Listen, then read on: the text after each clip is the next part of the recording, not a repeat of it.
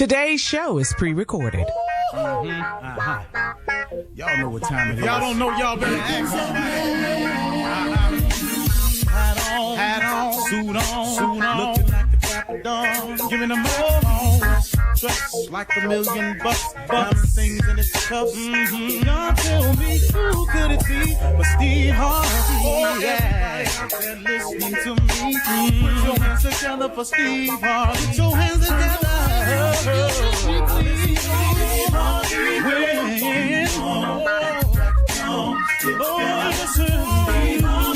Why don't you join? Yeah.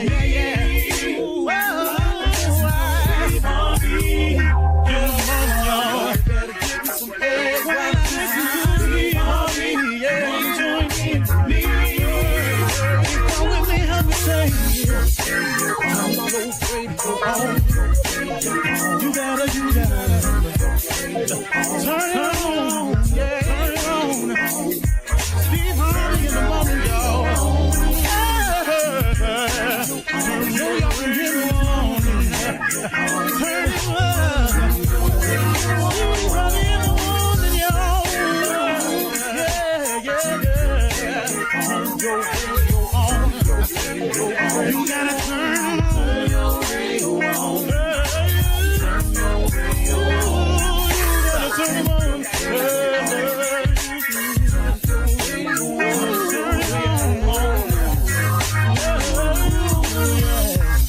Turn them out. Steve Harvey got to turn them out. Steve Harvey turn them on to the morning, y'all.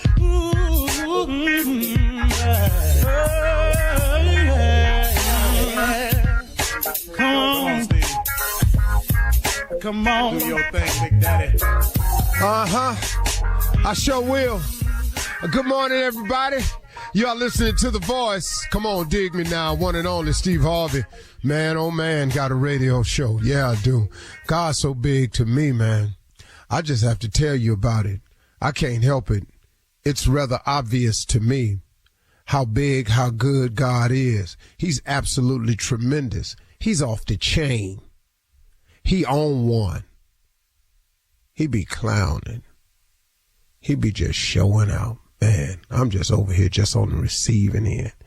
You know, if you out there, start your mission today. Start your mission today. What are you waiting for? Why do we as people delay what we want or delay the process to begin what we want, our hopes, our dreams, our desires? Why won't you start your mission today? Why don't we all decide together that just individually, look, you listening, you got something that you've been dreaming about. You got an ambition of yours that's not yet fulfilled. You got goals you haven't accomplished yet. Everybody has them. Everybody's got them. Everybody's got something that's on the table that they haven't yet attacked yet. What are you waiting for? Start your mission today. Stop the procrastination now. The procrastination is only hurting you, yourself. If you got a goal, an aspiration, a dream, and you fall off track momentarily, you can get back to that because God knows where you left off. Now, you may have to accomplish a few more things since you stopped for a long period of time, but God knows where you left off. You can get back on track. Look, man, this dream of being on TV since I was a kid, it got off track now. It got off track. I just kept it as one of the dreams. And in some real dark moments when it looked like it wasn't going to happen, all I was hanging on to was just a hope that one day it could. But that's what faith is really about. Faith is the belief in things that you cannot see. But faith gives you the confidence to keep hoping, man. Sometimes it just keep hope alive. Sometimes, you heard Jesse Jackson say it, just keep hope alive. Sometimes, man, it's just the hope. I was hanging on a hope. And I'm talking about when it got real ugly and funky out there for me. When it looked like I wasn't going to ever make it. And all of the facts was in and everything pointed in the direction you're not going to make it. You done really messed up this time. Then I sat there and I just hung on to the hope. But man, that's what I'm saying. If you got a dream or an aspiration, a vision or something, when you fall off track and you want to go get back in line, God holds your place. See, he held on to that for me. He knew I was off track and out of line, but he said, okay, here's where we stopped. You want to be on TV. Now, when you get it together and you quit tripping and you come and you turn to me, I'm going to hold your place, put you back in line, then we go and finish the journey. That took me a lot longer to get here than I wanted to, but then it was necessary because I needed all of them mishaps to happen to me along the way. So when I got on the radio one day, which I did not see coming, Steve Harvey got a radio show, y'all. That's why I say it every day. See, because of this radio show that I didn't see coming, now I have stories to tell. I got experiences to share. And I can tell you about me better than I can tell you about anybody. And I done been through enough where it's relatable, where enough people can go, man, that happened to me. Appreciate you saying that. That's what it was for. See, I get it now. See, at the time, though, I didn't like what was happening to me. At the time, I was really in total disagreement with God on a lot of stuff he was pulling off on me. But in essence, I was really pulling it off on myself. But through his grace and mercy, he kept me through all of my mistakes, all my bad decisions, all my miscalculations, all my misfires, all the times I knowingly stepped out there and did wrong. He forgave me. He said, 'cause man, if you ever come to me, I have a plan for you that is going to be far and above. It will supersede everything you've ever dreamed of. That's what I did. I just got sick of me, good and sick of me. And I turned it over to God. And then God started working. And here I am today. Now, is he through with me yet? Nope. Have I arrived yet? Nope. But guess what? The journey is cool. You know, it's like I was talking to this young brother the other day about comedy. He's a really good stand-up, you know, this young dude is really good. He said, man, what is this I feel every night before I go on stage? I don't know what it is. I just want it off me. I said, sir, listen to me, young dude. This thing that climbs on my back every night before I go on stage, I don't know what it is. It's got something to do with pressure. It's got something to do with anticipation. It's got a whole lot to do with the fear of falling. He said, what you mean by that? I said, every night I walk out on stage, it's like I'm about to go and step off a cliff. I said, it's a sickening feeling. He said, man, but you do so well. I said, that's because the parachute opens. I said, but I want you to understand something. When I first walk out there, it's just stepping off the cliff. Now, these jokes provide a parachute, which slows my descent when I jump off the cliff. And I turn it into a glide. And then I take the audience this way and I swing them back over to that way. We might swing out to the Colorado Rockies. We may go down to Miami with this joke. We may take it on out to L.A. And I just swing back and forth till I land softly. The crowd cheers. The night is over with. I said, but it's been too many nights, though, when I walked off that cliff and I pulled the cord and the parachute didn't open. I said, nah, I'm just free falling out there for 30 minutes. Ain't no jokes working. Ain't the parachute didn't open. I said, so see, that's what it's like for me. And then you know what I found out? If you done walked off the cliff in life and you ain't got no God in your life, it's like not having a parachute. You step off the cliff and you just free falling. Now see, now that fall gets you closer to the grave, right? See, we all heading to the grave from the moment we're born. But the cool thing about a relationship with God is when you step off the cliff and you got God, he a parachute. You still going down, but it's a nice ride. And God just helps your descent appear more like a rise and more like a euphoric fall. Instead of not having no God in your life and you just walking off that cliff every day, free falling, ain't got no cord, you steady pulling, you hollering the whole way because you done messed around with yourself and ain't let God come into your life and provide a parachute for you.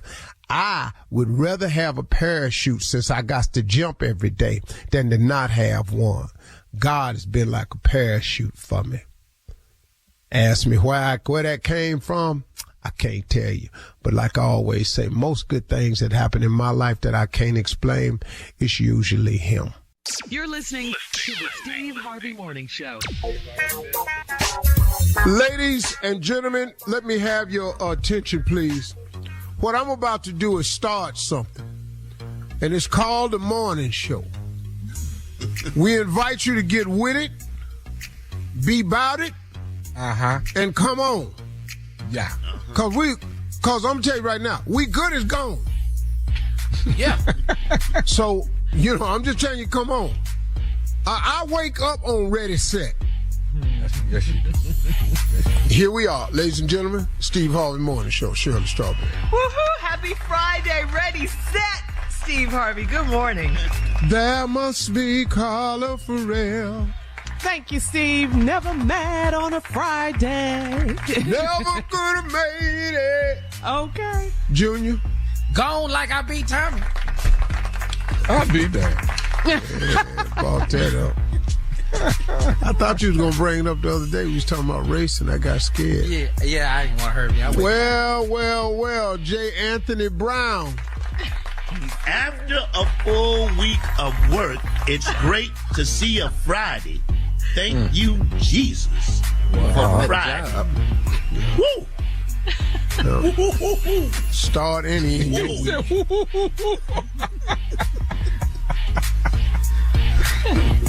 A mess. Well, it's Friday, Steve. What's And up? nephew Tommy. You gotta bring out Tommy. You let him speak to me, Shirley. Jesus. Oh, yeah. Stay in your lane, baby. Hey, Tommy. Man, hey. Tommy. This at is least you my ain't lane. sick. Man, at least you This ain't is my sick, lane. because you know what happened is. She'll caught you out, Doc. Ooh, you'll be out. Beat the doctor Well, to it. He was a wonderful person. I loved working with them. Man, So, he had his ways. Sorry, nephew. What's going on? You killed Tommy. What's happening? She killed Tommy. Not yet, Jay. Not Jay, yet. Shirley has killed 4 people on this show. Lord. Here we go. Well, Shirley, he ain't lying. So I'm a murderer? What are you saying? Well, you are On the what is it? microphone. You an accessory. Shirley, if you was a rapper doing a rap battle, you'd have won. Because I be killing people. Oh, God. Take you out. Be slaying them. Okay. It was an oversight. Sit up, Tommy. What? Keep on, yeah. Oh, wow. See, it was an oversight. Oh, Sit no, up, no. I see. Tommy. Wow. I see where we going. She out here throwing her guns out. Love you. Love you. See where we going. Man. Love It was an you. oversight. Sit up, Tommy. Oh, woo. So anyway, as I was saying, Steve, it's Friday. What's up? I do a radio show after this. I'm going to go hit some golf balls. And, You still taking lessons? well, everybody I know still taking them. lessons. Tiger had a coach, and he was the greatest. What? You What'd you say? don't just get it one day, it clicks, and you don't need Oh, lessons. yet. hell Oh, okay. See, I didn't know that. All right. Because just like it click, it unclick. Coming up in 32 minutes after the hour, we will hear from the nephew right after this. You're listening to the Steve Harvey Morning Show. All right, it is time now to start your morning off with the nephew and run that prank back. What you got for us, Neff? Hooking up at the daycare. Yeah, dog. Hello, I'm trying to reach Frida. this is Frida, and who is this? You don't know me. My name is Lonnie. I know. I wanted to call you. I've been trying to get your phone number actually for like about 2 weeks now. What do you need my number for, baby? Can you get on with it? Because I'm on lunch break. I'm trying to hurry and eat my lunch, and I need you to come on with it. Okay. Now, is your husband is? What is your name again? My name is Lonnie. Okay, and you asking about my husband. Now, what about? Yes, that's my husband. See, the problem I'm having, Miss Frida, is that I looked through my wife's cell phone about 2-3 weeks ago, and I found out that this actual phone number belonged to your husband named, and he been text messaging her. And, Stop right there. Stop right there. Wait a minute, but see, let me finish though. He been text messaging her, different text messages and stuff about he want to meet up with her and how she looked the other day and stuff like this here. But then even worse than this here is he, you know, done sent some pictures of himself, some naked pictures on the cell phone. Baby, please. So, baby, please. No, sir. Not. I know not. Because if anything, if he texting anybody, it need to be an employer about a job. I know you're not telling me. Who, baby? Who is your wife? What's your name again? My name is Lonnie, and my wife's name is Denise. Denise. That ain't registering with me. We pretty much have an open relationship where we kind of communicate, and I don't know nothing about no Denise. And we let me ask you this. Together. I don't know no Denise. Do your husband's last 4 digits on his phone is 6822? Yeah, that would be the last 4 digits. Okay, see, that's what I'm saying. Man, I'm not trying to call you, you know, I mean, I'm disappointed in my wife because of these text messages and these pictures and stuff. You know, I'm the one, that's why I say, okay, I need to call this man wife right here and see what, you know, do she even know it? I need you to wait a minute, back up, baby. Be quiet for a minute. Look here, okay. Denise, you're Lonnie. Okay, where they supposed to have met at? What? You know, because we usually go everywhere together when we go to, first of all, the don't work. Let's go there. He does not work. Okay, so I don't know where it is when he leaves the house. We're together. So where did they meet? How did they meet 2 weeks ago? You say? Because I'm listening to you now. You got. Well, I don't know if they met 2 weeks ago. I just found him in the cell phone 2 weeks ago. That's what I'm saying. Now if you saying he don't work, then evidently it must be during the day while you gone or something. I mean, you say you on your lunch break right now? Yeah. And where is your wife right now? Wait a minute. Do you know where your wife is right now? Well, she's supposed to be at work right now. And you know what? I just called. He told me he was gonna get in the tub, and when I called back, it was taking him long. He used it. Okay. Okay. If I ain't have to go back in this hospital, baby. See, where's your wife? I need you to get to. We need to see where your wife is. Well, see, my wife works at a. Wait a minute. Do y'all have kids? Yeah, we got kids, and that's my problem. That's why I'm so upset. I'm working all day. I get up at 4 a.m. to make sure I got everything prepared for the whole day. Got to get the kids. We have 3 kids, 1, 2, and 3. Yeah. Okay. We have now kids. Is he the one? Because see, because my wife works at a daycare. Do he drop them off at a daycare? Don't start, you baby. It's getting deeper. If I get to this, what daycare does your wife work at, baby? Because I see, don't start me. Yeah, he dropping them off. Okay. If you tell me tonight, baby, just tell me. I swear, Lonnie. Now she's been at this place called Children's Academy. You are lie. You better not tell me this non-working it's with the that's supposed to be watching our kids. See, I'm already. I'm already upset. I've been upset about this here I've been holding it for the last 2 weeks. I've been holding it. I ain't said nothing till the next. Why are you holding it? Why are you holding it? Y'all crazy. Why is you holding it? You should have been called me. This because when he get it, let me tell you something. I get up at 4 every morning. And this I have to be to work for 6:30 every morning. I get to that damn hospital. I slave all day. Then come home and slave for him. Try to make sure he feels good as a man, although he's not working. You know, it wasn't his fault he got laid off, but hey, I want him to feel good, although he's not working. Because, y'all don't feel too good when you're not working. So I wanted him to feel good. I tell the kids, it's going to be okay. But I bet you this got that something. Wait a minute now, because that is my wife. Don't be her. She's my wife, not. Wait a minute. Now, but wait a minute. See, I told you was ignorant because, see, you should have been calling me long ago. Let me tell you how you ignorant, too.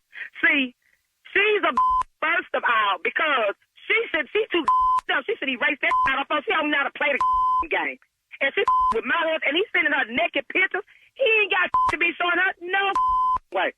Trust me, it ain't worth showing. I was just with him because he was a good man. I guess my is dumb, too. Oh, when I get home. Look, I was going to ask you this here, because... Don't ask. What do you want to ask? What can you ask me? You just told me this here is with your wife, some named Denise. Yes, that's what I said. And this is the that's watching the twins. Baby, we have twins. Do you hear me? Can I say something else to you? I don't need you to say a thing. Can I say one more thing? What the do you need to say? This is Nephew Tommy from the Steve Harvey Morning Show. You just got pranked by your husband, Gerald. This is so. Let me tell you something. That got the nerve to be pranking me. He needs to be trying to find a job. You know what? This is some. This I'm going to get it when I get home. It's non-working. I ain't cooking tonight. I'm gonna get his. I gotta ask you something, baby. What's the baddest radio show in the land? Definitely the Steve Harvey Morning Show. Now you talking with you know I'm gonna get you. Thank you. You're listening to the Steve Harvey Morning Show. Time now for Ask the CLO, Chief Love Officer, the CLO, as the nephew calls him. Steve Harvey is in the building. Here we go. This one is from Honey in Queens. Honey writes, 2 years ago, I had a hip replacement. I had hip replacement surgery, and I'm still using it as an excuse to keep my husband away from me at night. He eventually stopped pressing me for sex, and now he doesn't come to bed till late at night. Instead, he sits out back and smokes cigars. Last night, I looked for him, and his car wasn't there. I called him, and he said he was watching the game with his brother. I wanted to call his brother to verify his story, but the background was quiet. Should I trust my husband, or did he lie? No, he probably didn't lie. Let's talk about this for a minute. See, because this really ain't about your husband. Let's be real. It's you faking this hip. It's you with this fake hip injury. Now, you done got your hip replaced, so I know you're old. So now you done got your hip replaced, because that ain't a 20-year-old problem. You got your hip replaced because your ass messed around and fell somewhere. You didn't have your little panic alert button on. The help, I'm falling, I can't get up. So you laid there, and now you got to get the whole damn hip replaced. Now, you don't want your husband touching you at night, and so you done kept the lie going. You lied. Let's not turn this into is your husband lying. You've been lying to your husband about your hip injury. This your lie. So now your husband been sitting in the backyard smoking a cigar. Now you go out there one night and the car ain't there. Now, how long it's been since you had sex with your husband? And what you want him to do? Because he know your hip don't take that damn long, because he was at doctor's office with you. He's not stupid. And he don't want your hip anyway. So now, what's wrong with everything else? Because I'll stay on the front side. We ain't got to go over there where the hip at. Because what I want is not your hip. Now, what's up? So is he at your brother's house? Probably. Should you call? Hell no. Because you started this lie. So this lie on you, not him. Honey. Honey out of Queens. Moving on to Ian in St. Louis. Ian says, I took my girlfriend to Vegas for her birthday and scheduled her a spa day. I gambled, then went to the pool to relax and have a drink. I was being sociable with two cuties, and they said they had edibles in their room. So we went up there. I stayed in there for 4 hours straight, and the three of us pleasured each other. I felt so bad about how I did my girlfriend on her birthday trip. I planned to marry this woman, but my conscience is eating me up. I know that I can't confess what I did.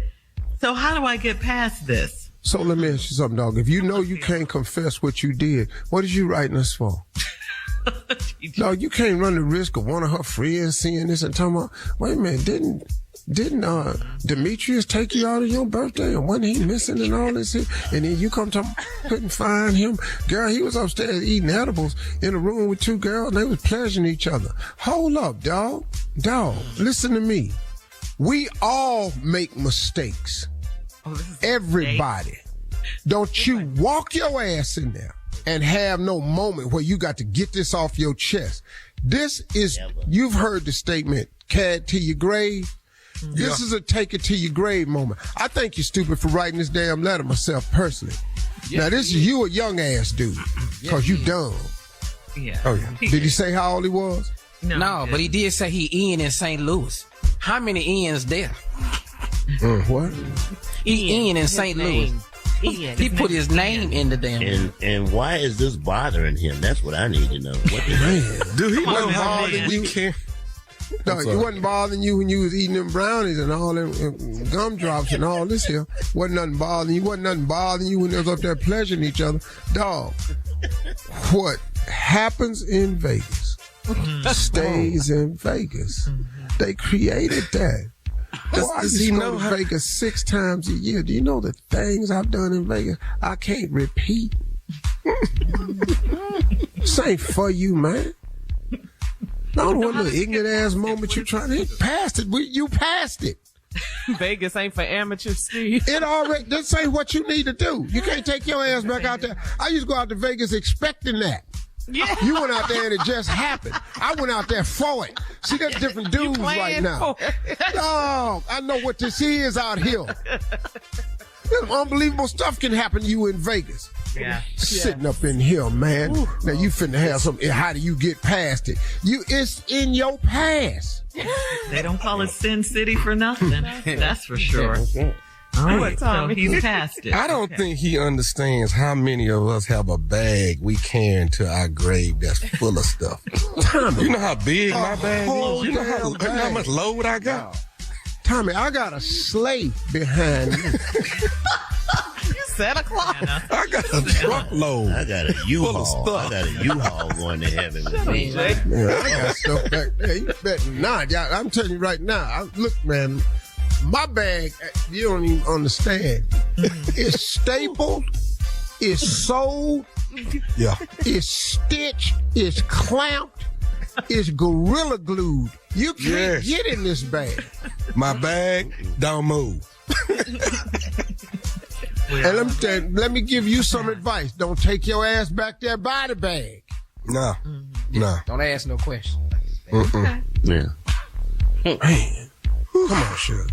All right. Gigi in Virginia Beach says, I'm dating a new guy, and we met at a football game. He had on a baseball cap, so I couldn't see his hair, but I did see his big smile and grayish blue eyes. On our first date, I got to see his hair for the first time. It was shiny, wet, and jet black. His baby hair was pulled out and it looked like a jerry curl. I asked him what he'd done to get his hair like that, and he said it's natural. It's the only flaw he has so far. So how can I encourage him to fix it? Fix what? I don't know. Yeah. First of all, 3 of us on this show don't have hair. Ball. The 3 comedians don't have hair. The 4th comedian is closing in on us. On his way over here. Yeah, it could be any month now. He'll be here with us soon, very soon. Yeah, right? We just waiting on him. Like he on Zoom right now, and he's all forehead. Yeah, his hairline is back there where his headset is at. Wow. Junior, you in denial. No. Yeah. We can't wait till he gets here. We're waiting for him in the fight. At the station. We already know. Mm-hmm. That's how it starts. 2022 up? I'm just, look, he got a lot. Look at his forehead. I'm just telling y'all. It's just close on the camera. Okay. You back up. Okay, back up. Let us show you something. All right, Gigi. If you looking straight forward at any angle, we can't see the front of your hairline. It's happening. You're listening to the Steve Harvey Morning Show. Personality is more important than looks to most people. While a lot of us are overly concerned about how we look, especially when it comes to finding a mate, it turns out looks really aren't everything. In fact, a new poll finds that 92% of people say they prefer a partner with a good personality to one with a great body. Overall, 81% of people say they're looking for a partner with a good personality, while 76% want one with a sense of humor. There you go, Steve, with a positive attitude. And 73% open-mindedness, 62% also important characteristics for a mate. So I got to ask you, Steve, I got to ask Junior and Tommy, you guys chime in too. What's the most important thing you're looking for in your significant other? Well, and really how important are looks? Personality is critical. It's absolutely critical. But I'm going to need you to be cute too, though. Thank you. Yeah. Because what I'm not going to be doing is sitting up in here with your ugly ass just because you're nice. Because you got a nice person. Yeah, I'm not going to sit up and do all that. You know, I got you nice. But, you know, you're horrid. That used to be the standard if someone wasn't cute, that you'd ask them, are they cute? You say, well, they have a nice personality. That mean they was ugly, Shirley. That ain't cute. That's all that meant right away. But now, I would prefer personality over, you said, a great body. Yeah. Because my body got flaws. I can accept the flaw on your body. There ain't no problem. Couple of flaws, you know. Yeah. Okay. So I ain't worried about that. And it was 92%. But in the face, though, Yeah. this rolling over every morning. Looking at that? No. No, I'm gonna need something now. Till death do us part. Yeah, kill me now. Till you die, baby. Yeah. I'm Till I every die. morning. And what I'm not gonna do is die every morning you wake up. Well, I mean, that's so odd But it's to me. every day you die. Yeah. I need for you out of makeup to resemble the person in makeup. I need that. Okay, so we know men are visual. We got that. Men are very visual. Women are too, Shirley. Okay, and Lie. that's what I was coming to. And you guys, all of you guys, well, with the exception of Tommy, you guys say you're not cute. So where are we now? No, I'm not cute. ain't And cute. Tommy We not still cute with either. them not cute and I'm as cute. What is Tommy. what? Tommy, you're not You're not cute. gonna make me ugly. It ain't Black making History Week. Tommy, Black I History didn't make Month. you. I'm You not. was born that way, Tommy. I You're wasn't not born. cute. No. Okay. Okay, Tommy, let me ask you a question. List your flaws. And my flaws. It might take a minute. It's limited. Talk amongst Come yourselves. on, Tommy. If I have one. Come on, boy. My shoulders ain't like nice, you know. My hamstrings, of course, is gone to hell. See, your shoulders ain't good, ain't like my shoulders. No, you got broad. You wide. Now you wide. I ain't got that. Come Your on. shoulders. Okay. Come on. Yeah. Shoulders. My phone start with SH. Come on. So far, it's just shoulders. Well, the other one start with SH. What? Shoulders and Come on. Listen. First of all, I'm not short, but short can be sexy. So let's not kill that, okay? You don't have to be tall to be sexy. Now, I'm not tall, but I'm not short. No, women don't have to be tall to be sexy. Right. No, I'm not talking about women. I'm talking about people, period. There's it's only short, men and pretty women. Yeah. What do There's you mean, short, people? there's period? short, there's You're short, another sexy. species. There's short, sexy women, and there's good-looking, shorter men. What are we talking about? What is wrong with that? We're just at the shoulders, though. Go ahead. Finish. Are you shoulders? What else wrong? It's another one Got starting some- SH. Lower back ain't where it ought to be. Got hair on it. You know, it's just some Well, things. you can't see your lower back because of your other flaw. Shoulder. Come on. Short. It's another one with the SH. Come on. Does he need help, Steve? Because Okay, you finna Well, claim give him I a got a hint, high Steve. Give him a behind. hint. I don't have a high behind. No, I don't claim nothing. You can't see your lower back. Tommy, when you put your belt on, if your belt buckle is lower than the top of your ass, what do you think that's from? Them just bad belts. bad Belt. belt. Yeah. Oh, Bad belts. built is what you Bad meant to say. belts. Okay, Belts. Tommy, let me help you with your shortcoming. Your flaws is your shoulders, you got a high ass, you're short, and your profile. Dang. profile. That's all of me. What is you talking about? What do you mean profile? Yeah, I mean, look at When it he from turns the to the side. side? Yeah. Wow. I'd never noticed. Okay, ladies, look at me from the side. Okay. Yeah. Now, do you see anything he talking about? What are you saying? What's yeah, wrong I with don't- his yeah, we profile, don't- Steve? What'd You don't see a jawline. Oh, he See doesn't. how have his a chin chin. runs straight down into his chest? My son said that. I don't have a chin. So that make me ugly though? Yeah. Well, chinless. I don't know. Yeah. Yeah, Just get over here. we man. should have chins in life. Yeah. Seriously. Yeah. Our family not famous for that. My profile toe up. How much do chins cost? You get implants all day. So if I get a chin, then I'm... No, he don't need no implant. If I get a chin, then I look good? So it ain't the chin. You're supposed to be encouraging him. He ain't encouraging nothing. No. Well, I didn't say I was going to encourage you. I said list your shortcomings. You seem to be struggling. Shoulders short, high ass, and your profile.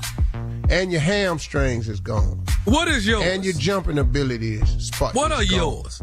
Just get some more money. I got big lips. I got a full nose. My profile is shot. My stomach cannot seem to get reduced. Okay, we gotta go. This could take forever. You're listening to the Steve Harvey Morning Show. Time for Would You Rather, guys. Here we go. Would you rather have sex in a hospital? Have sex in a hospital, or would you rather have sex at a funeral? Hospital. Either way. Yeah. What? It depends on who you talking about at the funeral. Who paid? Yeah, you talking to the star of the show. That's not what I want. No. No, we're not. No. All right. So it doesn't matter where, in other words. Yeah.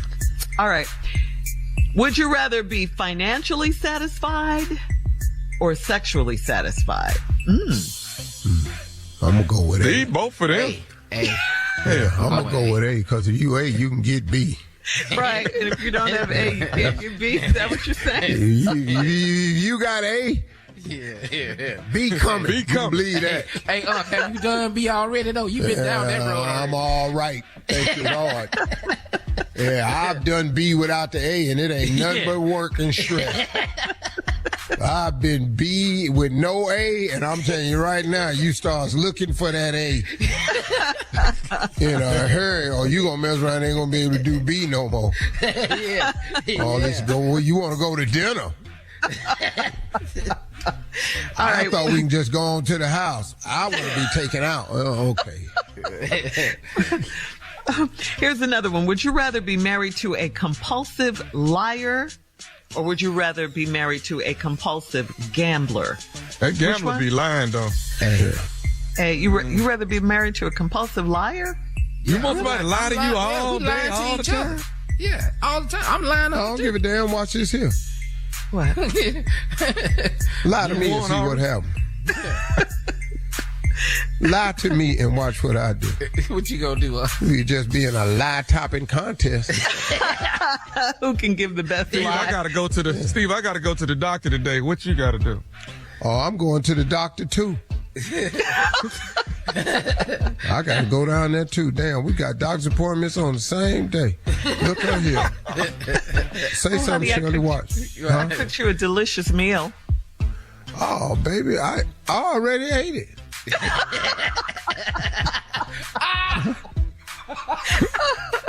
What? Just be lying for no reason. That was really a lie. You're listening to the Steve Harvey Morning Show. All right, Jay, it is time for Comedy Roulette. Set it up quickly. Just the insults every week. You test our comedy ability. Tell you what you do. Take 5 subjects, put them on a wheel, spin the wheel where it stops. We'll do the damn thing. What you got? All right, here we go. I have the categories. Let's spin the wheel. Let's get ready.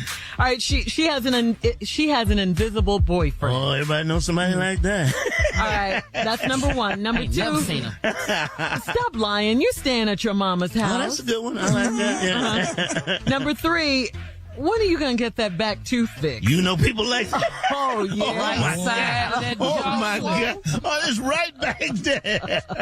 Number 4. You know they repoed that car. Stop lying. Yeah. And number 5, I don't know how to tell you this, but she's seeing somebody else. All of these are good. Spin the wheel. All of these are good. Spin the wheel. Spin it, cat. Come on, that 2. Come on, 2. Come on, Number 2. 5. Number 5. Like invisible boyfriend. I Landed on number 2. Stop lying. You staying at your mama's house. You know how I know you staying at your mama's house? How? We at the club. I hear you on the phone say, "Hey, I'll be there in a minute, mama. Leave the key under the door." You at your mama's house. Stop lying, fool. Go ahead. You at your mama's house. You know how I know you stay at your mama's house? How? I know you be trying to hide it, but all your clothes got crease in it.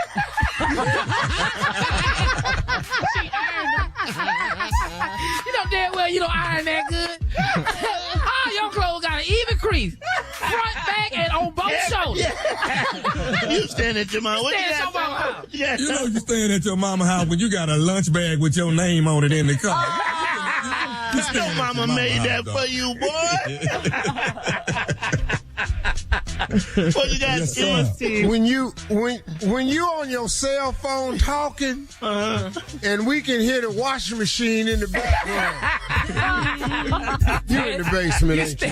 You staying in the basement at your mama's house. You in the basement. You in the basement at your mama's house. You know how I know you staying at your mama's house? You ain't got your own key, and the key you got is around your neck. Who you fooling, fool? You ain't fooling no damn body. You staying at your mama's key? You a latchkey grown-ass man. Yeah. I know you staying at your mama's house. When I come to your mama's house on family functions, you the first one there.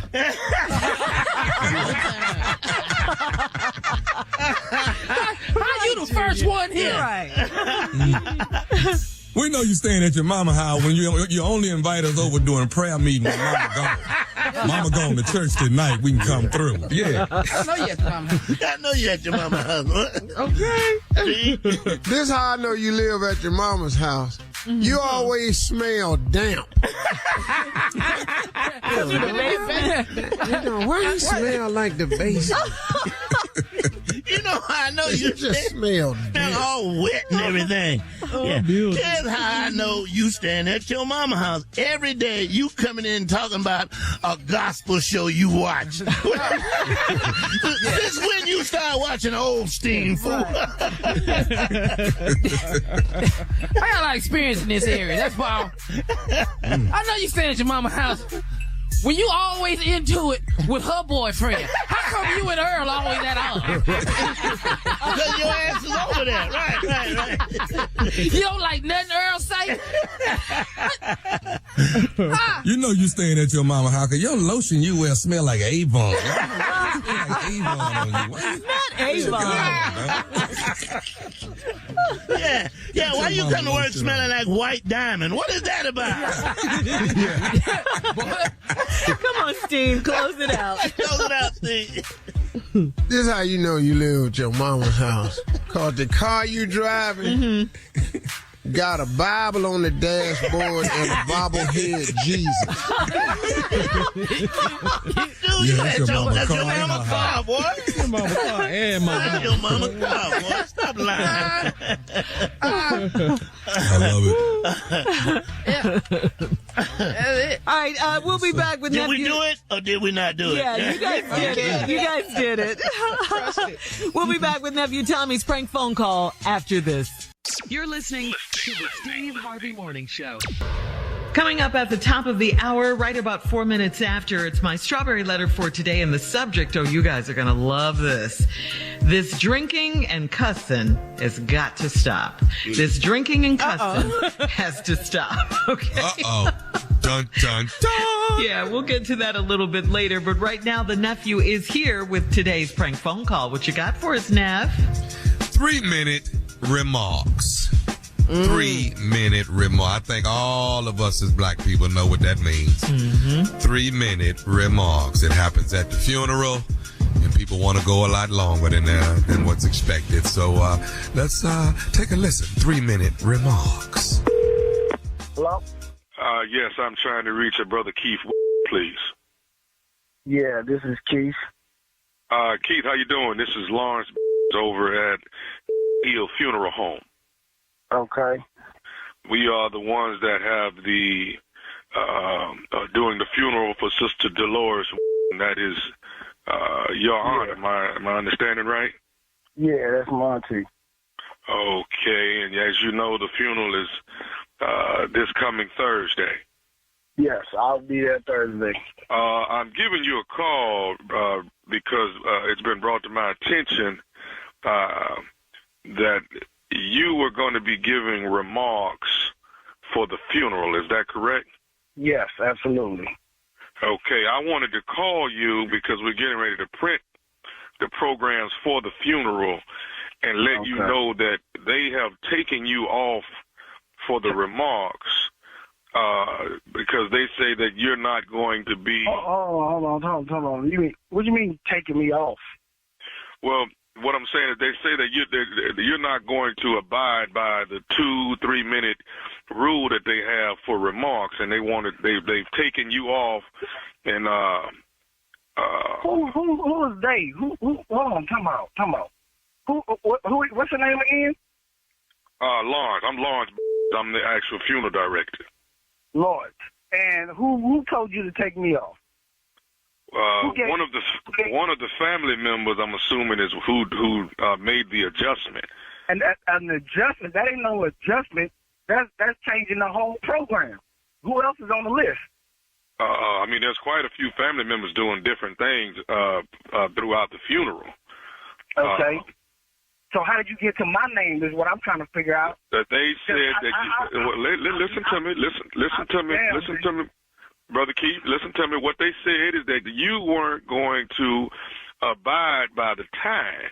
You weren't going to do your remarks in 3 minutes or less. Listen. My auntie raised me. She put me through college. And you think I'm finna go up there in her funeral and be under 2 minutes? Well, listen, Brother Keith. Brother Keith, listen to me. Normally when we have these funerals, people who give remarks, we have them 3 minutes or less. Okay. So I tell you what, Mr. Lawrence, who's on the list? Is she on the list? Is she on the list? We have a Sheila. Yes, there's a Sheila that's singing. Take her name off the list. Take her off the list and put me where she's supposed to be with my time and her time. Is Bobby Jr. on there too? I better not be on there.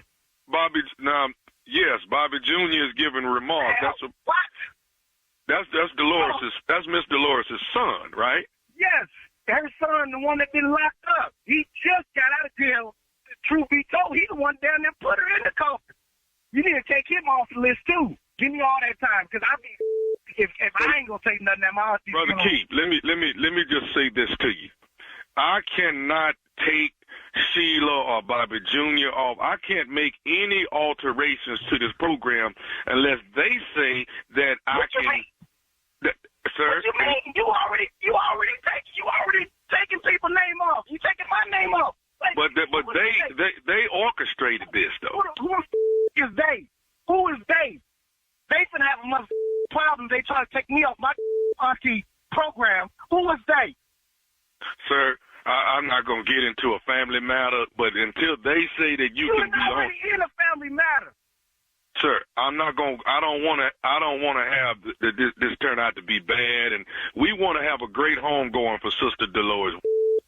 Okay. You're damn right. And if I don't get to say nothing, I guarantee you it's gonna be a 2-for-1 in there. Somebody else gonna get their in the coffin too. I guarantee you that. If I don't get to say nothing at my auntie funeral, my auntie didn't pay for my damn college. I didn't put $6,000 in the funeral. I tell you this, Mr. Lawrence. I bet you whether I'm on the program or not, I bet you I say what the I want to. I bet you that much. You tell they that. My auntie didn't put me through college. I didn't put money on the funeral. I call around and see who ain't putting no money on the funeral. Tell them they can't be on the program. Man. Keith, when they decide who's on it, if they change the format, then I will call you back. Who the is they? That's what I'm trying to get you to understand. Who is they? Can I tell you something? And I don't want you to get too irate, okay? Okay. Go ahead, man. Go ahead. I just want to say this, Keith Wilson. This is Nephew Tommy from the Steve Harvey Morning Show. You just got pranked. You just got pranked by your cousin Bobby Jr. You bull. I'm Bobby Jr. up. I'll promise you that. I'm kicking Bobby. I know that. My blood pressure is all up. I ain't got time to be playing, man. Taking me off the damn program. I'm kicking Bobby ass. I know that. Oh, Bobby said y'all grew up like brothers, man, and you was basically another son of Mr. Lord. That's right? Yes, I was, man. Oh, my goodness. Hey, let me ask you this, man. What is the baddest, and I mean the baddest, radio show in the land? The Steve Harvey Morning Show. Come on, give it to me. Let me tell you something. As soon as he was to find out who they were. Who is they? They. All of they should have a problem. Bobby Jr. and Sheila. Take them For me, the people he was taking off the list. Like, Bobby let me hear who's on there, because I'm taking them off. Who's on there? What the hell they doing on there? Take them off. Take them off, damn it. She sang it. Take off. I got her time. I know good and hell well little Bobby ain't on there. Yeah, take him off. Yeah. What you got, nephew? That was good. Oh, man, let me put this out there, because y'all got to tune in. You got to tune in, I promise you. Get ready to head to Philadelphia, y'all. The nephew's getting ready to go and get ready to record Ready to Love. That is jumping off. But while I am there, I will be performing in Philadelphia as well at Helium Comedy Club, 26th, 27th, and 28th of July. 26th, 27th, 28th of July. Tickets on sale right now. The nephew coming to the city of brotherly love. Yep. All right, thank you, nephew. Coming up next, Strawberry Letter subject, this drinking and cussing has to stop. We'll get into it right after this. You're listening to the Steve Harvey Morning Show. Time now for today's Strawberry Letter, and if you need advice on relationships, dating, work, sex, parenting, and more, please submit your Strawberry Letter to steveharveyfm.com and click Submit Strawberry Letter. We could be reading your letter, just like we're going to read this one right here. Right now, it could be yours. You never know. You never know. Buckle up and hold on tight. We got it for you. Here it is, the Strawberry Letter. Subject, this drinking and cussing has to stop. Dear Steve and Shirley, my husband of 22 years has made a lot of changes in the last 6 months. He's been in the military since I met him, and he retired last year, but he still hangs out with his coworkers. He has always cursed like a sailor because he was a sailor when he was younger. When we had our first child, I asked him to watch what he said around our daughter after he slacked up with using profanity. And he did slack up with using profanity. Now that he's retired, I think he's frustrated and bored because he started using strong 4-letter words, and he said the kids are old enough to understand. We have a 17-year-old and a 15-year-old, and he curses at them like they are his age. Not only do I have to put up with his bad language, he put a bar in the basement and bought all brands of alcohol, and his former co-workers pop up at our house, and they go downstairs and drink up all of my husband's liquor. He gets very drunk, and usually he falls asleep in the basement, and I have to usher his friends out. Money is not an issue with all of the alcohol, but I get tired of his buddies drinking up his premium liquor, and they don't give him 1 cent to buy more. I asked my husband if he's going through something or if this is a midlife crisis, and he told me that he's fine, but ready to let his hair down a little because he's not working anymore. I did not want to spend my retirement with a drunk, foul-mouthed man. Here's the worst part. The last time we were being intimate, he was drunk and he called me a dirty name, and he kept cursing so loudly I was afraid our kids would hear it. How can I stop him from being so crude? I need the drinking and cussing to stop. Wow. Well, it doesn't look like it's going to stop for a while anyway. It sounds like your husband needs a seriously different kind of hobby than, just being downstairs drinking with his friends. But he did tell you he wanted to let his hair down a little bit. Maybe this is not going to last forever, but I see you want to cut it off now, cut it off at the pass before it gets any worse. He did say, like I said, he wanted to let his hair down a little because he's not working anymore. And that's, You said it too. He's bored and frustrated. But he also has to realize that this is your house too, and you guys do have kids. He needs to be mindful and respectful of his influence on them. He was able to curb his cursing when your daughter was little, so you know he can change if he wants to. I say you tell him you need a break from all the company and the drinking and the cursing because it's getting out of control and he's drinking way too much, maybe turning into an alcoholic. Let him know he's setting a horrible example for the kids. He needs to find something else to do. Tell him you don't want drunk sex.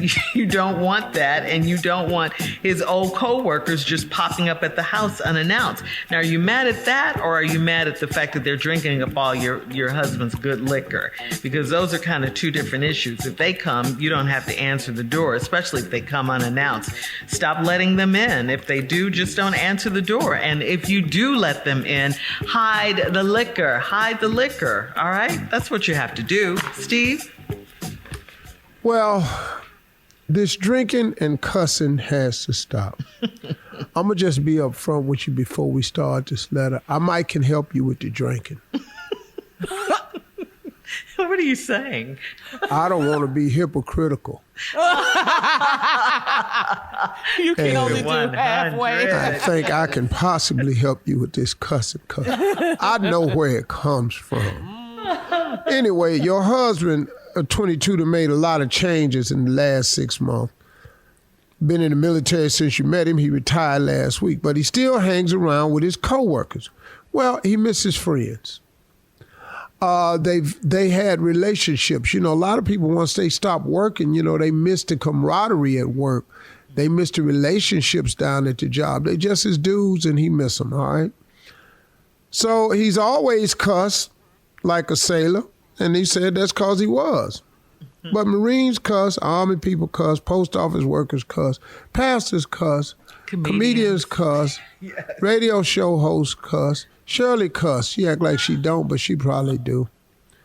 All that old mess right there. Who the hell don't cuss? Anyway, let's just move on. I can tell you for sure Carla Farrell cuss. So now, when we had our first child, I asked him to watch what he said around our daughter, and he slacked up. Well, now he's retired and he's frustrated and bored because he done started using 4-letter words again. What? He slacked up when the baby was young, but see, now you say we have a 17-year-old and a 15-year-old, and he cusses at them like they his age. They probably heard these words before, man. Now, if he's not cursing at his daughter, that's a different thing.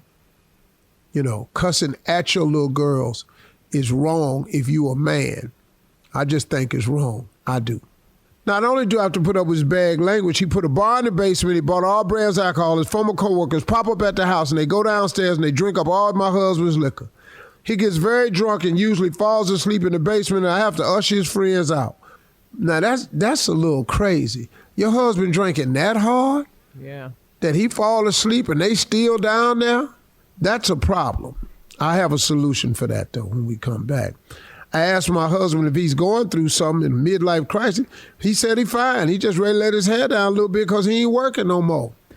Well, I got that, but we got to do something because y'all can't be that old because the kids ain't but 17 and 15. So now he retired. We got to come up with something else to do besides drinking. Mm-hmm. I got the rest when I come back. All right. Thank you, Steve. Hang on. We'll have part 2 of Steve's response coming up at 23 minutes after the hour. Today's Strawberry Letter subject, the drinking and the cussing has to stop. We'll get back into it right after this. You're listening to the Steve Harvey Morning Show. All right. Come on, Steve. Let's recap today's Strawberry Letter. The subject, this drinking and cussing has to stop. Well, here's the deal. Been married 22 years. He's always cussed. He done started, he done put a bar in the basement. He misses friends, those relationships. He done started back to cussing again. And now the kids are 17 and 15. and you say he cussing at them like they his age, they probably heard all these words before. Like I said before, as long as he's not cursing at the daughter that way, I don't think that's cool at all, because it sends a bad example to a young lady that it's okay for a man to talk to her that way, and it's not. And as fathers, we have to be very, very conscious the example that we put in front of our daughters and our sons. But you really don't want a daughter to think that this is acceptable coming from a person who's supposed to love her. Yeah. That's unacceptable, dog. And that's what you got to get a grip on that right there. Now, he respected her when she was young, but now that they older, I got that they old enough that they've heard this, but you can't do that to your daughter, man. I'm telling you, it's a dangerous slope. You're creating something in her that she don't need to be. She needs to always look at her father as a protector, somebody she can go to and want to, hold her father in high esteem. He could be losing that. So point that out to him. Tell him I said that. That's cool. Steve said you shouldn't do it around your daughter. And you shouldn't. And most men agree with me. And we have daughters on this show. Me and Tommy got daughters. And that ain't how we talk. All right, now he done put this bar downstairs and his workers pop up at the house and they go downstairs, they drink up all your husband's liquor. He get drunk, fall asleep, and then you got to usher his friends out. Money ain't an issue with all the alcohol, but I get tired of his buddy drinking up his premium liquor and then they don't give him 1 cent to buy more. So now here's the deal with that. I think the solution is he get a night with his buddies downstairs.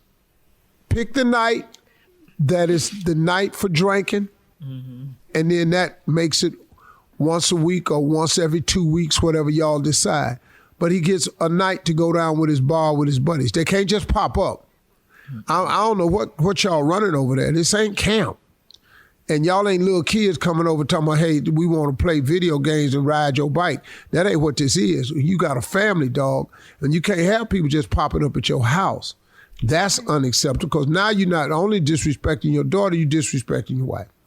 So now you ask him if he's going through something. He said he's ready to retire now, and he won't let his hair down a little.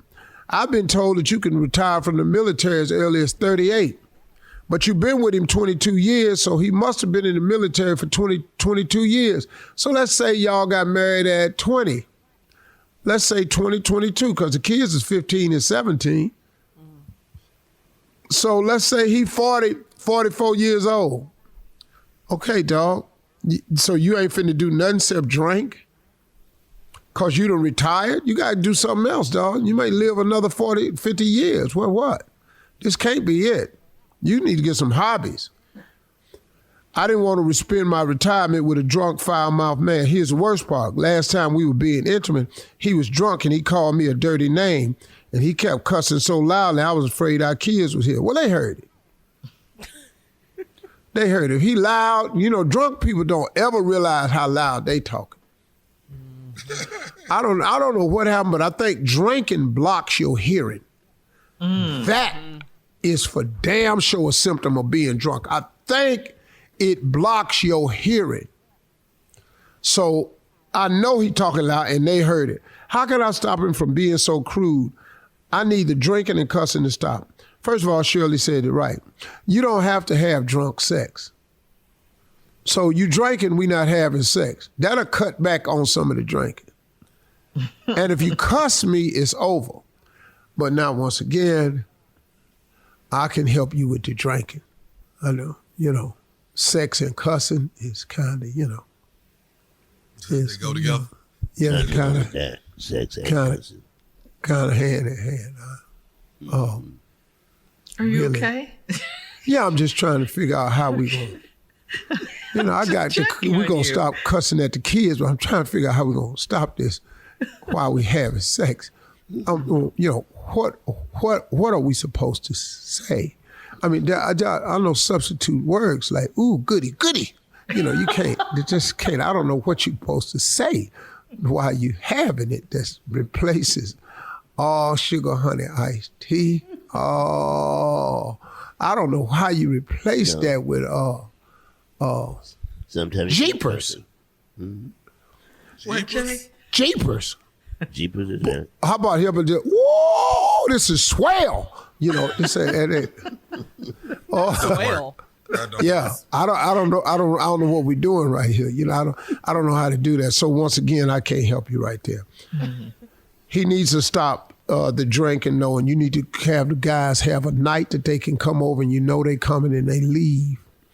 You know, you all could also implement where he just put that bar down there. They come, just have a night that you can do it, and then just set 1 bottle, 2 bottles out. This is what we drinking, and then that's it. They can be premium liquor, but once that's gone, it's over with. It's over with. Right. You know, we ain't drinking 5, 6 bottles. All right, Steve, thank you. Post your comments on today's Strawberry Letter at Steve Harvey FM on Instagram and Facebook. Check out Strawberry Letter Podcast on demand. You're listening to the Steve Harvey Morning Show. All right, here we go with something funny. Yeah. This is a roundtable discussion today is who told on you back in the day that made you get the worst, the absolute worst behind whooping you've ever got in your life. Now, here's the thing. Your mama could get the news, and Junior and I talked about this. Your mama could get the news. We had no internet. We didn't have the phone. This is true. Yeah. There was no texting. But by the time Annalie Brown got to that house off that bus, she knew everything that went down. I don't know how she knew it. I have no idea. She started off like, so, what you doing downtown today? Yeah. I'm like, how the hell you know I was downtown? Wow. I didn't know that information. I ain't told nobody. Yeah, you're right. No social media. No social media. Nothing. Right. Well, she got it immediately, though. Little Rabbit punk ass. Who? Little Rabbit punk ass. Who was that? This little. Ooh, I want to say the B word so bad. Careful. This little. You can't. B told Miss Patterson that I was the one that put the firecrackers in her tulips in her front yard and lit the 4 firecrackers and blew the damn tulips. Little Rabbit punk ass told me that. Boy, Miss Patterson went across the street, told my mama. Man, I got my ass. How long was it, Unc? How long was the whooping? Yeah. It felt like about 15 minutes. Oh, now, can I ask a question? Did you do it? Did you do it? You know he did it. Yeah. Yeah, he did it. Yeah. I knew you did it. Crackers in this woman. What made you do that? Right? Man, she was hateful, man. Yeah. Oh. Okay, man. Like if our football rolled in the yard. Oh, that was her. No. You can't. You don't go on that grass. She'll go down there and get the football, take it in the house. Oh. And won't throw it back to y'all? No. Baseball go in her yard. Don't go in my yard. I'll tell you, mom and daddy. Then she come down here and get the baseball and roll it down the street. Now we got to hear him get down there before we get to that damn sewer. You old evil ass helper. He took pride in her yard, Steve. And it wasn't that big of a yard, was it, Steve? It wasn't that big of a yard. She didn't have but 8 tulips, but I couldn't get all 8 of them lit in time. So I only could do 4. I had timed it. All right, we got to go. I had one. I got so many. You're listening to the Steve Harvey Morning Show. All right, so this is from Anonymous in Virginia. Anonymous says, I am really close to one of my male coworkers, and the other day we crossed the line and had sex in his car after work. The next day, I couldn't get into work, and I realized I left my badge in my coworker's car. He called in sick, so I had to pay $50 to get a new badge made. Then he texted me after lunch and said his wife found my badge in the car, and he told her that we were just talking. His wife is irate and plans to call my husband. My husband is still acting like he hasn't heard anything. Should I make up an excuse for being in my coworker's car and tell it to my husband before she calls him? So both of y'all was married. I mean, the wife is going to call the letter writer's husband? Yeah, because she found the badge, She found the badge in her husband's car. Well, I know this ain't gonna be surprising to nobody, but your ass got to get to lying. Lying? I knew you were gonna say lying. Get to lying. You have immediately. got to get your ass. But like what kind of lie will fix this? I don't know, because see, this one right here. See, the dude you got in the car and had sex with, his wife ain't buying none of that. Nope. So she is saying, I tell you what, my marriage ain't gonna be the only one affected by this. Hell have no fury like a woman scorned. And do you know, I thought that was a scripture because it's so real and true. Yeah. That's not a scripture yet. No. But it sounds very biblical when it's happening to you. But it's very real. And it's very real. And so she gonna call, so you need to do something. I can't help you.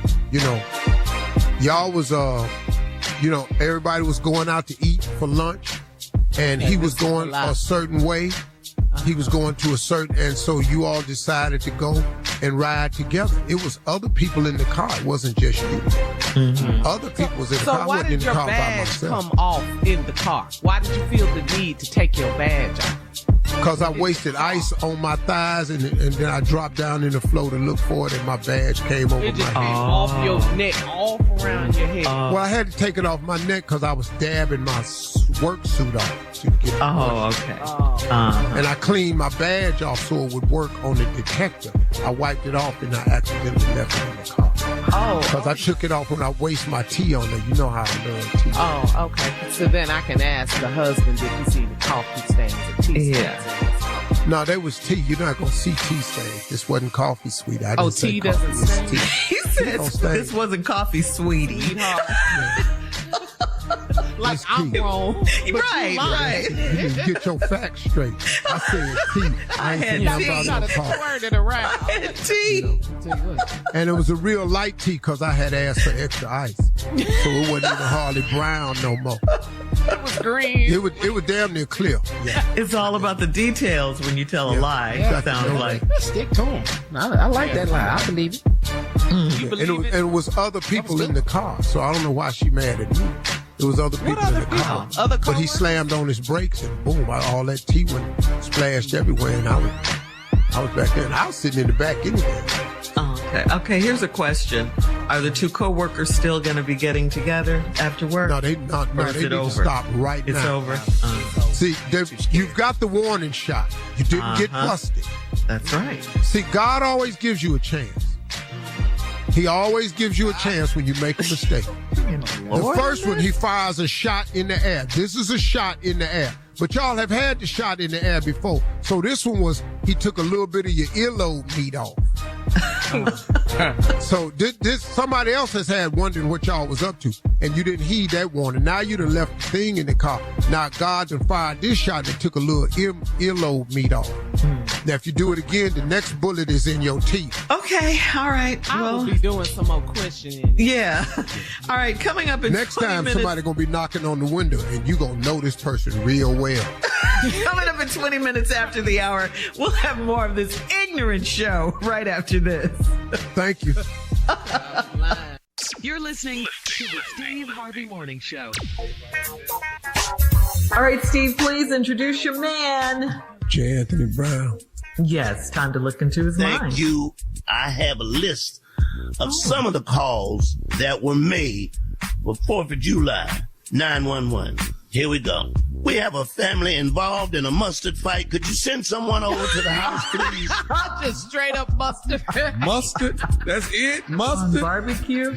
1 item 12, 1 item 12. We have a fat kid stuck in the dryer. Could you send someone over to the house? See what's going on. 1 item 12. Any officers out there? We have sparklers stuck in somebody's butt. Send an officer over to the house. Wait! Wait. What? That's sparklers. Not sparklers. One item 12, calling all officers. We have a fight that broke out where somebody made banana pudding with breast milk. Could you go over to the house? 1-1, please. Yeah, that's a whooping, man. Somebody pumping for nothing. Who told? One item 12, whoever's out there, we have 2 Christians in a headlock. They're about to kill each other. Could you send someone over to the house, please? They get mad too. One item 12, any officers by any officers, we have someone with a head wound from a turkey leg. Please send someone over to the house right away. It's serious. A lot of food fights. One item 12, and any officers out in the area, we have an elderly woman stuck in a leather cat suit. Send someone over to the house. I got the visual on that one. I still got it. All right, Jay. You're crazy mind. All right, thank you. You're listening to the Steve Harvey Morning Show. Time for Would You Rather, guys. Here we go. Would you rather have sex in a hospital, or would you rather have sex at a funeral? Hospital. Either way.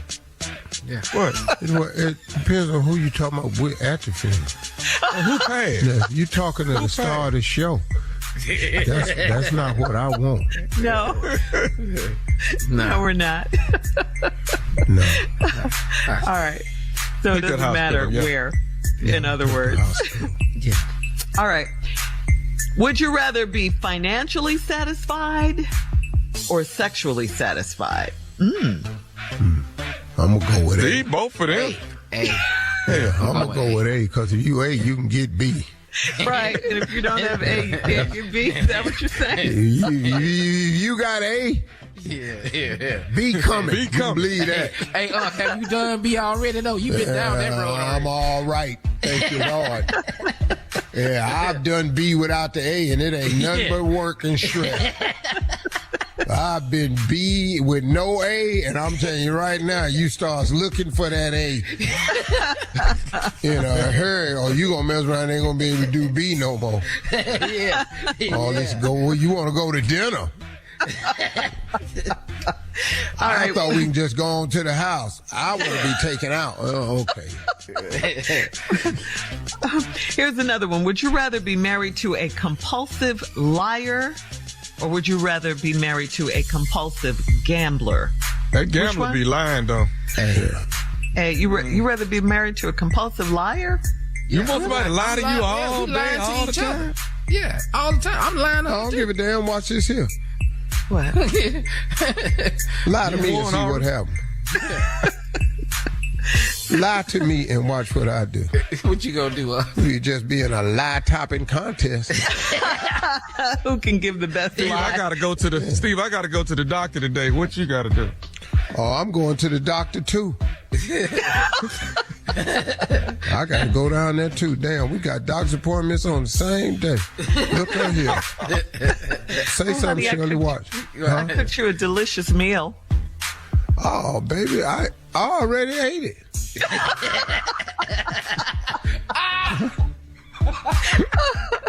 What? Just be lying for no reason. That was really a lie. All right. Coming up, it is our last break of the day on this Friday, and we'll have some inspiring closing remarks from the one and only Steve Harvey coming up at 49 minutes after, right after this. You're listening to the Steve Harvey Morning Show. All right, guys, here we are, our last break of the day. It's been a good day. And, Steve, it's on you for closing remarks. What? I want to talk to you about something I saw online today. I just happened to be going through, and I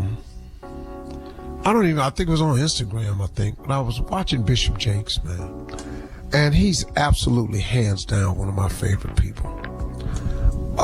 On a personal note, because I can't even tell you how many times I've called him and just told him something I was going through, man, and he just gave me the perfect word of encouragement. He's just been a friend, man. He's just been a friend, not on the pastoral level, but I'm talking about just like I'm telling you, he is a guy that's just a cool dude.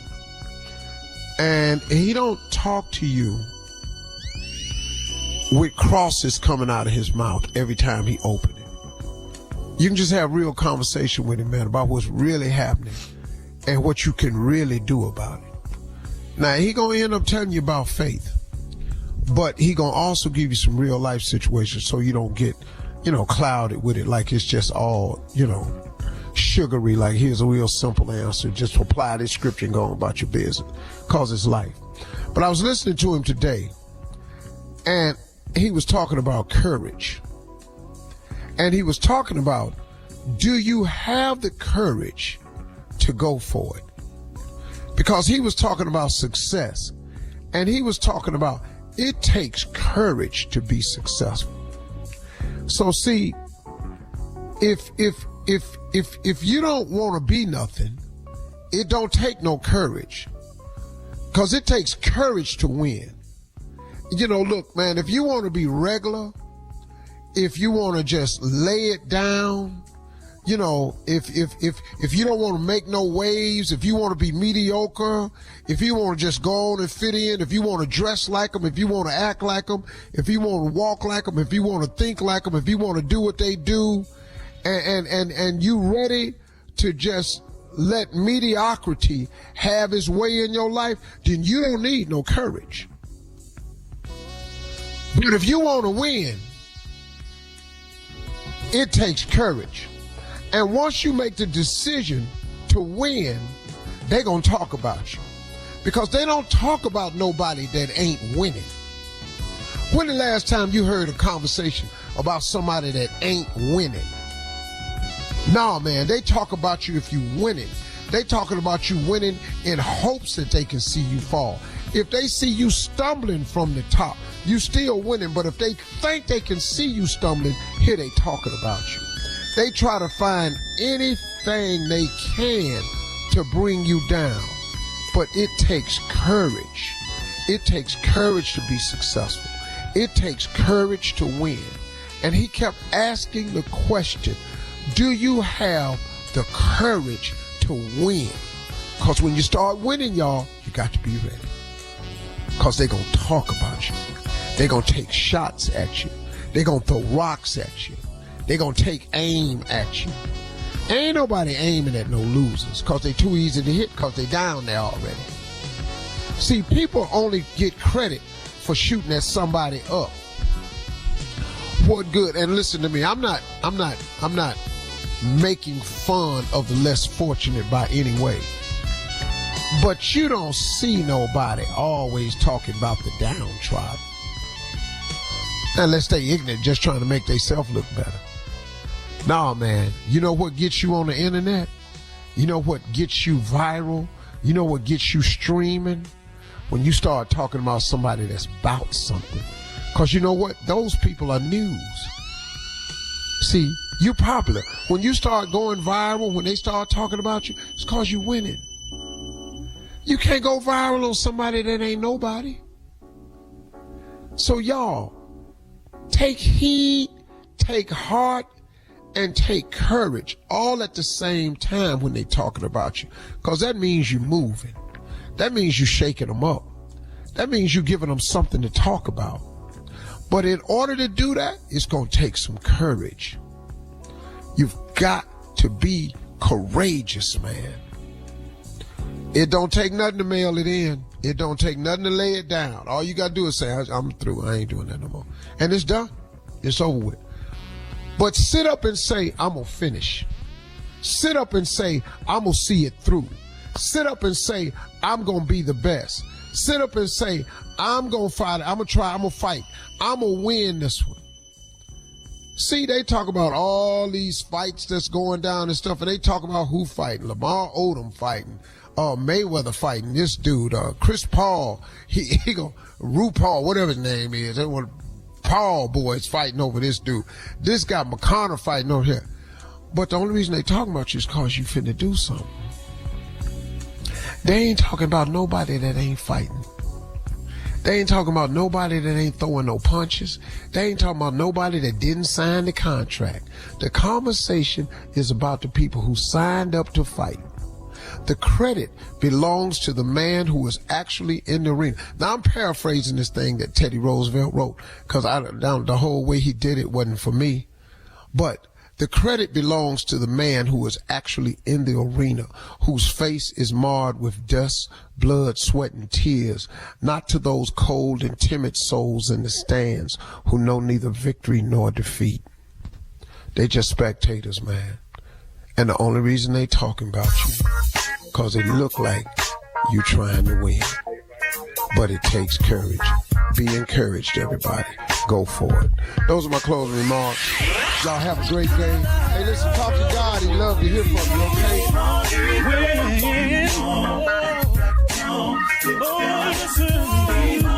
For all Steve Harvey contests, no purchase necessary, void where prohibited. Participants must be legal U.S. residents at least 18 years old unless otherwise stated. For complete contest rules, visit SteveHarveyFM.com. You're listening to the Steve Harvey Morning Show.